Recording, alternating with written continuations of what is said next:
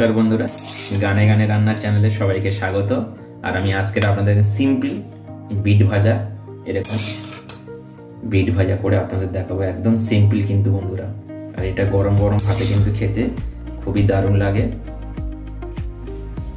তা চলুন বন্ধুরা, আমি কিভাবে বানাচ্ছি বিট ভাজা আপনারা দেখে নেন আর আমার সাথে থাকুন।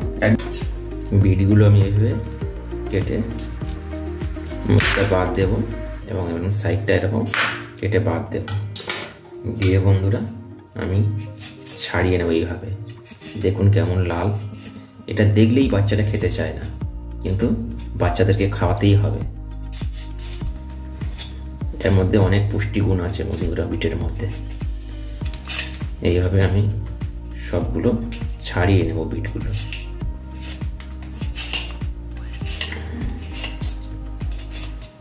আমার হাতটা লাল হয়ে যাবে, গ্লাভস নেই তাই হাতে পরতে পারলাম না। আপনারা চাইলে হাতে গ্লাভস পরে নিতে পারেন। দেখুন এইভাবে আমি ছাড়িয়ে নিলাম। বন্ধুরা আমি এখন বিটগুলো একটা গ্রেটারের সাহায্যে গ্রেট করে নেব। এইভাবে গ্রেট করে নেব একদম। আপনারা এরকম মিহি করে গ্রেট করে নিতে পারেন বা মিক্সিতে এটা পেস্ট করে নিতে পারে। আমি গ্রেট করে নিচ্ছি। দেখুন এইভাবে আপনারা গ্রেট করে নেবেন। বন্ধুরা তেলটা তো গরম হচ্ছে, আর রান্না করা শুরু করার আগে একটা গান শুনিয়ে দিই, ছোট্ট করে সুন্দর গান। যেহেতু গানে গানে রান্না, একটু গান না শোনালে ভালো লাগে না। কেন দূরে থাকো, শুধু আড়ালে রাখো, কে তুমি আমায় ডাকো, কেন দূরে থাকো, মনে হয় তবু বারে বারে, এই বুঝি এলে মোর দ্বারে, মনে হয় তবু বারে বারে, এই বুঝি এলে মোর দ্বারে, সে মধুর স্বপ্ন এলো না কো, কেন দূরে থাকো, শুধু আড়ালে রাখো, কে তুমি আমায় ডাকো, কেন দূরে থাকো। থ্যাংক ইউ বন্ধুরা। তো তেলটা অলরেডি গরম হয়ে গেছে, আমি এখন দিয়ে দেব অল্প করে দিয়ে দেব রসুন কুচি করে রেখেছিলাম, রসুন কুচিটা দিয়ে দিলাম। রসুনটা আগে একটু ভালো করে ভেজে নেব।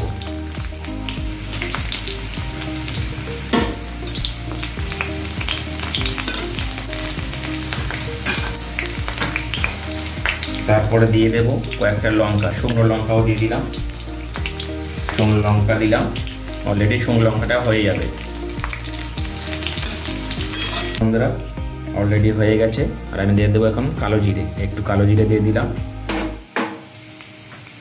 কালো জিরেটা দেওয়ার পরে একটু নাড়াচাড়া করে আমি দিয়ে দেবো এখানে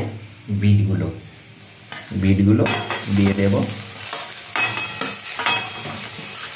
বিট ভাজা খেতে ভালো লাগে গরম ভাতের সাথে, এই রুটি দিয়েও খেতে পারেন, কিন্তু গরম ভাতে সব থেকে বেশি ভালো লাগে বন্ধুরা। এইভাবে কম হিটে আমি বিটটাকে নাড়তে থাকবো। আপনারা যদি না রসুন খেতে চান রসুন দেবেন না, রসুনটা আউট করে দেবেন, দিয়ে এইভাবে ভেজে নেবেন। একদম আঁচ কম দিয়ে আস্তে আস্তে ভাজতে থাকবে। আমি এখন চাপা দিয়ে দেবো, ঢাকা দিয়ে দেবো। বন্ধুরা আমি এখন দেব একটু লবণ দিয়ে দেব স্বাদ মতন, বেশি দেব না, যেমন লাগবে তেমন দেব। আর দেব একটু হলুদ, অল্প একটু হলুদ দিয়ে দিলাম। দিয়ে এটাকে একটু নাড়াচাড়া করে আমি ঢাকা দিয়ে দেব।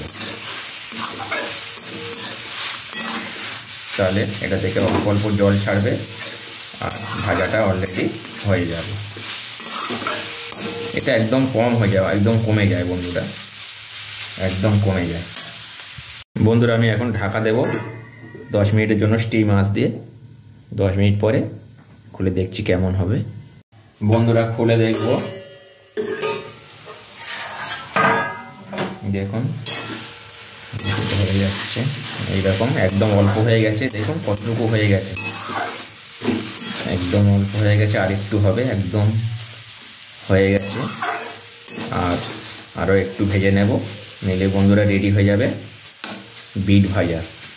আপনারা এইভাবে ভেজে নিতে পারেন বন্ধুরা, এ খেতে খুব ভালো লাগে গরম গরম ভাতের সাথে।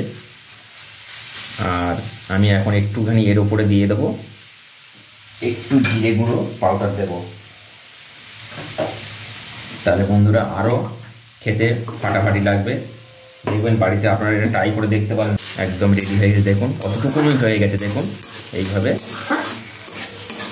আপনারা বানিয়ে নেবেন। তো আজকের মতন বিদায় নিই বন্ধুরা, আবার নতুন রেসিপি নিয়ে আপনার সাথে শেয়ার করব। আর সবাই ভালো থাকবেন, সুস্থ থাকবেন, বাই বাই, টাটা।